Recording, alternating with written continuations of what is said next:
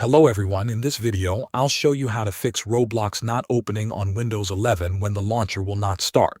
First, make sure Roblox is not already running in the background. Right-click your taskbar and open Task Manager. In the Processes tab, look for Roblox or Roblox Game Client. If you find either one, select it and click End Task. Repeat this until there are no Roblox processes left. This gives you a clean start before trying to launch the game again. Next, remove Roblox's local app files. Sometimes, damaged temporary files stop the launcher from opening. Press the Windows key and R together to open the Run dialog. Type %local app data % and press Enter. Find the Roblox folder, right-click it, and delete it. After that, open your recycle bin and empty it so the old files are removed completely. Now install a fresh copy of Roblox.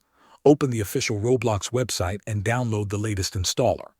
Run the installer and let it finish installing the Roblox player.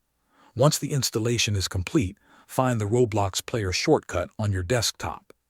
Right-click it and choose Properties. Open the Compatibility tab, check the option called Run this program as an administrator, then click Apply and OK.